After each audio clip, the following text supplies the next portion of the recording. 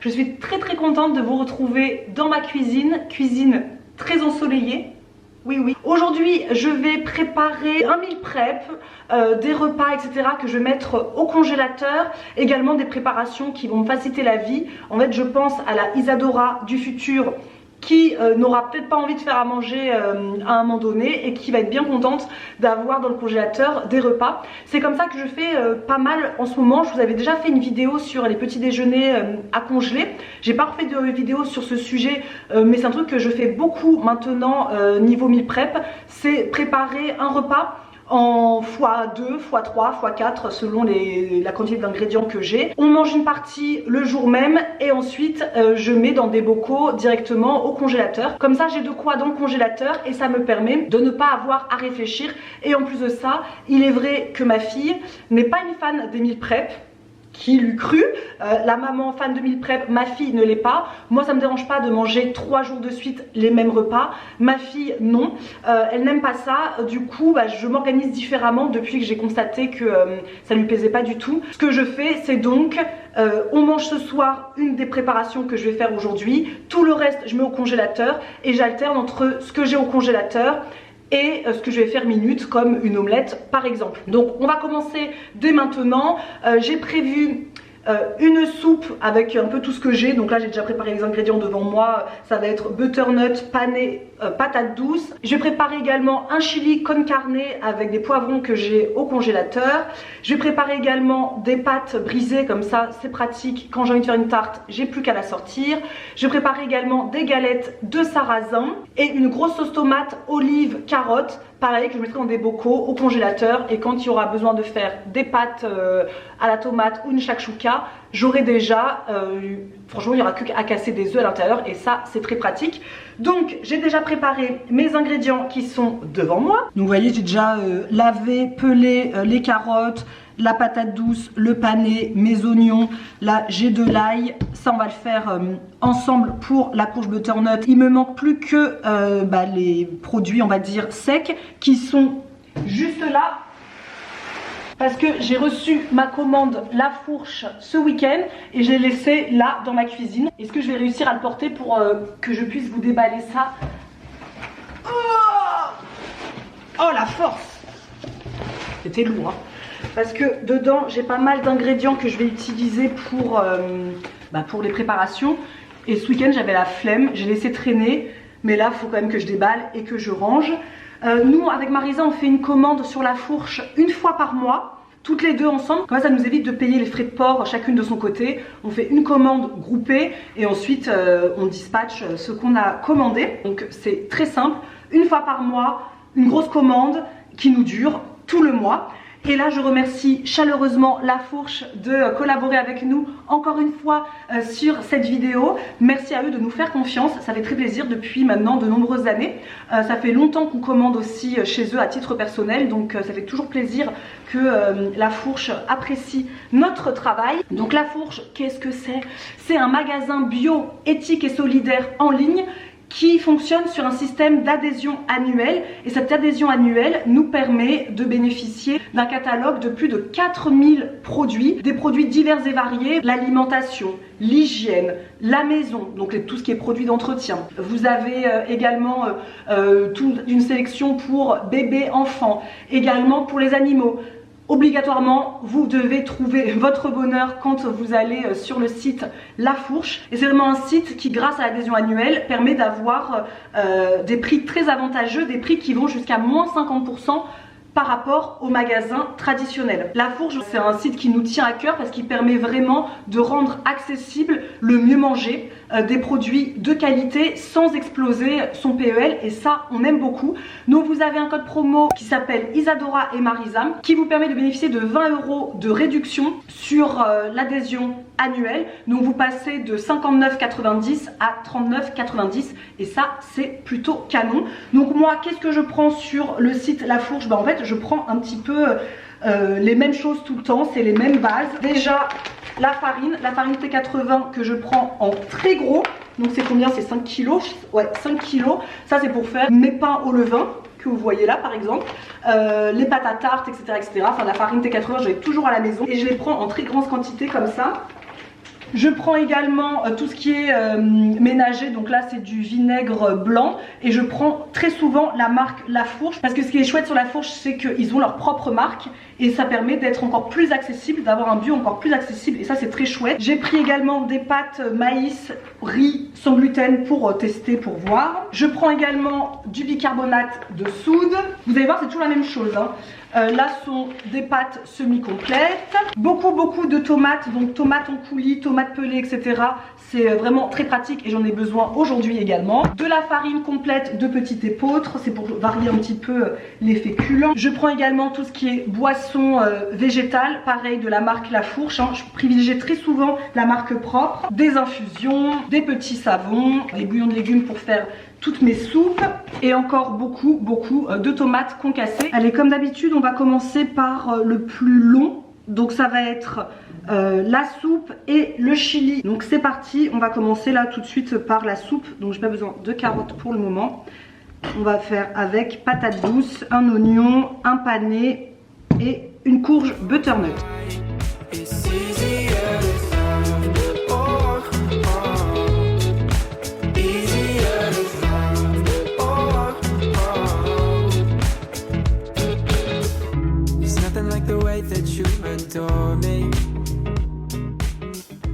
Je suis en train d'éplucher ma courge butternut. N'importe quoi, puisque je n'épluche pas les courges, vu qu'après ça va cuire et je vais les mixer pour en faire une soupe. Je sais pas pourquoi je m'épargne pas du boulot, donc j'arrête d'éplucher et je vais faire revenir mes oignons avec un petit peu d'épices. J'utilise toujours les épices Acasson pour la soupe et ensuite je viendrai jeter tout le reste des légumes et on va laisser mijoter à peu près 20 minutes.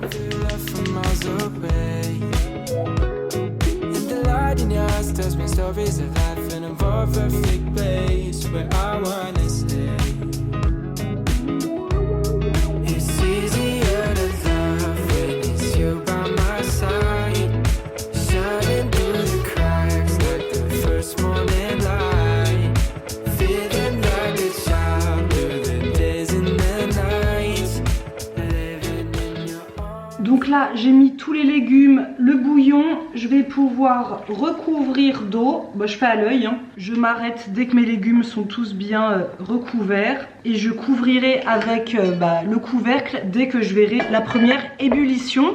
Donc ça c'est fait, on va passer maintenant au chili con carne dans ma cocotte. Là c'est un peu pareil que la soupe, moi je fais au feeling, j'ai pas spécialement de recette. Je vais utiliser des oignons, donc un morceau d'oignon là, un morceau d'oignon rouge, de l'ail, des carottes, donc je vais en prendre 2, comme ça je vais en garder 2 pour la sauce tomate. Je vais utiliser également un reste de viande hachée que j'avais au congélateur, des haricots rouges que j'ai cuits ce matin puisque j'achète les haricots rouges secs et ensuite je n'ai plus qu'à les faire tremper toute la nuit et les faire cuire le lendemain matin pendant 1h30.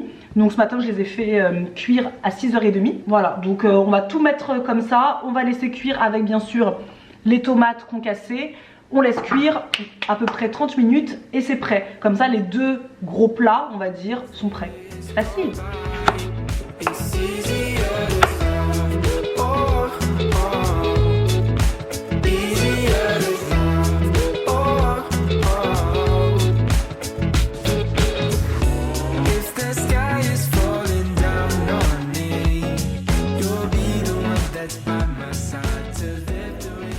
Là je laisse revenir mes oignons avec l'ail, j'ai mis 3 ou 4 gousses d'ail dans de l'huile d'olive avant d'ajouter mes carottes que je vais laisser également un petit peu revenir quelques instants, avant d'ajouter le steak haché, les poivrons surgelés, la sauce tomate etc.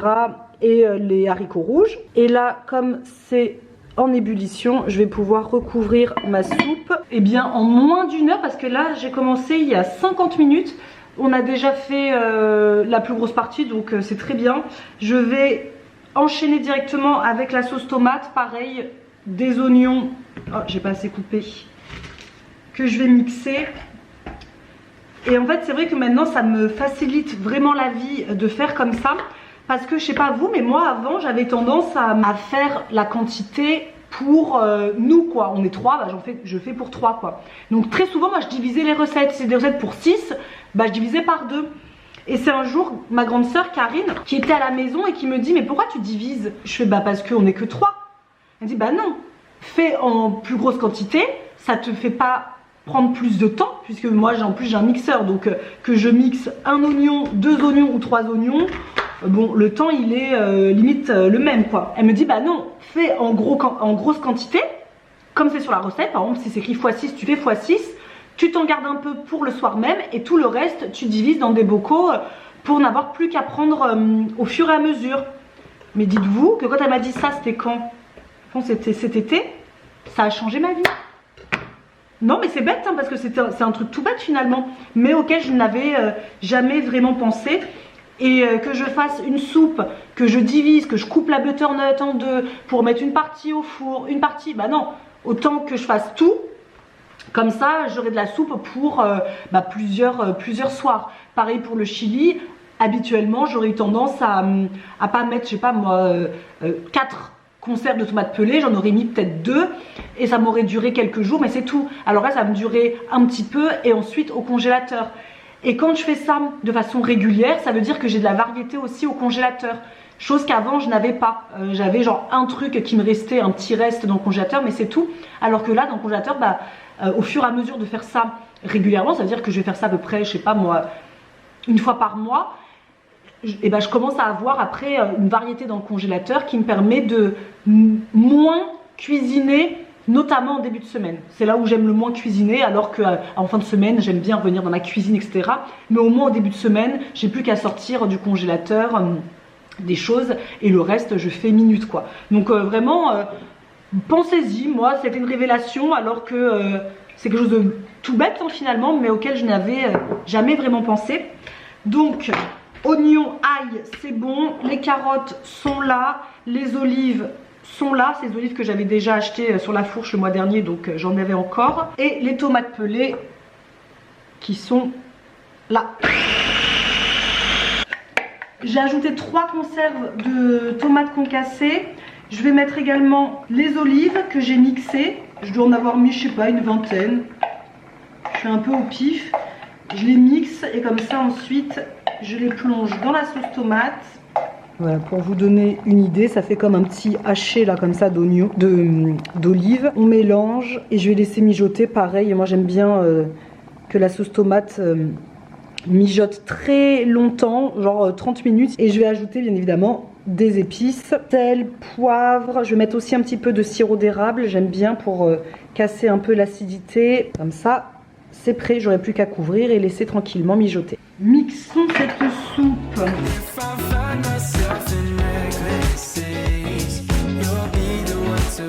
Je vais le faire en 2 fois parce qu'il m'en reste pas mal. On va le faire x2. C'est parti. J'ai sorti tous mes petits bocaux, une boîte comme ça. Je vais mettre une partie de la soupe dans une boîte. Comme ça fera facilement 2 repas pour Alba et moi.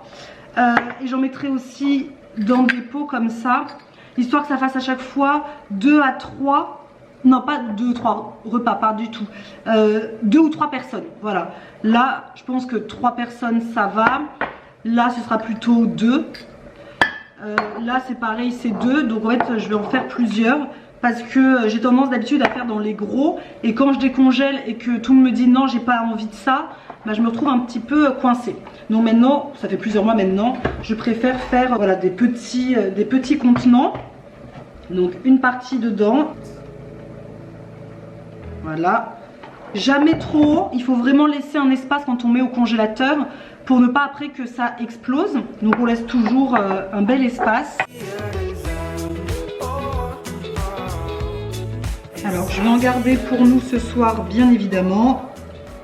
Donc voilà pour la soupe. J'ai plus qu'à attendre que ça refroidisse un petit peu, enfin que ça refroidisse tout court, avant de reboucher tout ça et de mettre au congélateur. Et je vais écrire aussi avec un feutre, j'écris toujours dessus ce que c'est pour ne pas m'emmêler les pinceaux à force d'entasser après dans le congélateur. Allez, on enchaîne avec 2 pâtes à tarte. C'est exactement pareil ce que je disais tout à l'heure. Moi avant quand je faisais une tarte, enfin une pâte à tarte, j'en faisais qu'une. Maintenant j'en fais 2, voire 3 parfois. Mais là je vais en faire 2, ça suffira pour le mois. J'ai pas prévu de tarte, mais je sais que je voudrais en faire une à un moment donné. Donc je vais directement faire 2 directement dans le saladier que je séparerai ensuite. C'est parti. Donc il me faut 250 g de farine. Moi c'est la T80. Ah ben non, 250 g, il m'en faut 500 g, je suis bête. Isadora, tu multiplies. Ensuite, il me faut de l'huile d'olive. Donc il me faut tac tac tac 70 ml, donc 140 ml. 100 ml, donc 200 ml d'eau chaude. Un petit peu de sel. Et 2 cuillères à café de levure. Et je mélange.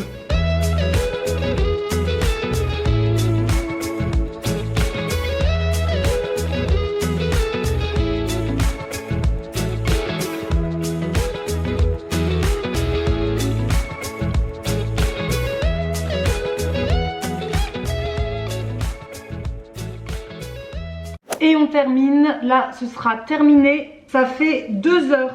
2 heures et bah, j'ai tout fini.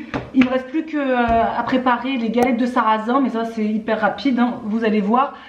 Vous avez la recette qui est en barre d'infos puisqu'elle est déjà sur le blog. Donc je ne vous dis pas toutes les étapes, c'est vraiment facile. Hein.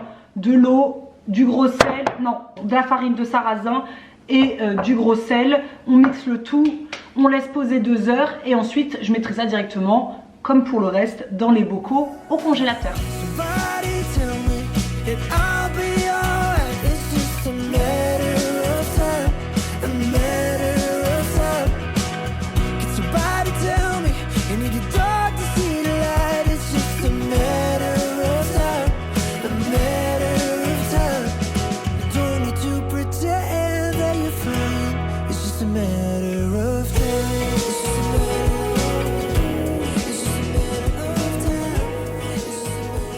Je termine par le fabuleux chili de haricots rouges. Donc là ça va être des plus grosses portions. Là bon ça c'est une petite, mais ensuite je vais mettre également dans des plus grands. Et ensuite je finirai avec les haricots rouges que j'ai cuits ce matin. J'ai pas tout mis dedans, comme ça il m'en reste aussi dans le congélateur pour quand on en aura besoin. Et ensuite c'est terminado. J'ai un petit peu de vaisselle, juste ça et la casserole de la sauce tomate. Et comme moi j'ai fait la vaisselle au fur et à mesure, j'ai pas grand chose à faire. Je laisserai tout refroidir tranquillement avant de mettre au congèle.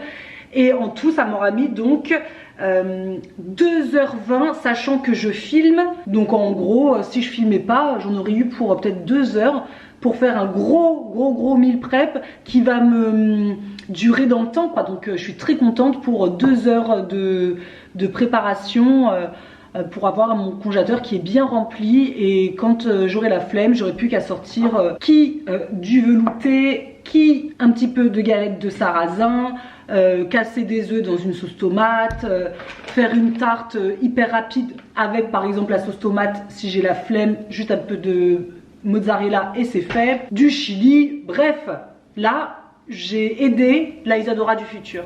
Et la Isadora du futur, elle sera reconnaissante.